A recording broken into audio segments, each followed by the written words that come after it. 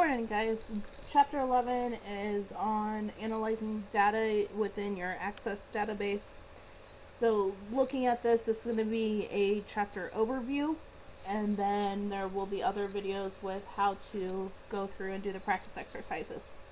So to begin with, if you check out page 473, you'll also see the example on there. Just remember, the reports take your data from your database and then they organize it so it's easier to interpret and analyze the data that's in there. So you can see this was from a database, the hardware, Milla hardware database that we worked on. You can see how things are set up with the electrical department, everything listed, garden, everything listed along with the cost and price. Within your report, and this is on page 474, you have different sections. You start at the top with your header and your page header. The report header has your date and your time. The page header is what's included in the report. So in this case, product name, customer name, order date, and quantity. Then you have your detail, your other details in here, which starts with your group header. So in this case, it's everything on the left hand side, your LED flashlights, MP3 players, smartwatches, things like that. Then it breaks it down into details. So here you can see Milla Hardware and Apollo Sales had ordered LED flashlights. Then as you move across the page, you have these numbers. These are group footers. If you would happen to add up everything in that group, so here 10, 25, and 35 is going to equal 70, which is your group footer. And at the very end you have your report footer. So if you would add all these numbers up, all the individual numbers, you would get 200 or 208, whatever number that is on there.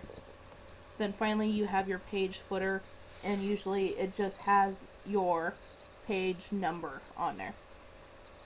And depending on the grouping you have, depending on the summaries you have selected within your report, will determine how many sections you have on here. You can modify your report, and that is within your layout view. You can see on here that you have your font group, any sort of conditional formatting similar to what we did in Excel, your grouping and sorting, a logo, and then you can do an auto format also. This is all in the format, or under the format tab within your layout view. So similar things to what we've done already. If you do conditional formatting, this is from page 476. Once again, similar to what we had in Excel, and you have your different options on here.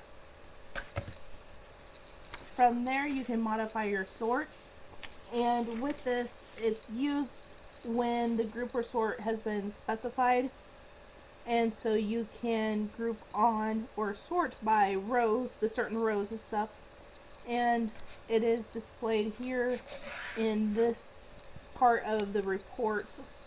It is towards the bottom of the very page, and you just have to click on a row to display those options for that group or that sort.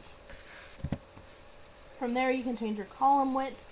This is similar to things that we've done in the past. You just have to click and drag on the dotted line, and you can see right here that part that helps it. So you just click on the field name, then drag it left or right, whatever the case is that you might need. And we will go through some examples of that. Printing wise, you guys know you don't have to print anything. You can see the different options on here. This is in your print preview. You have your regular print, what kind of orientation do you want, your margins, set up your page, and then your views.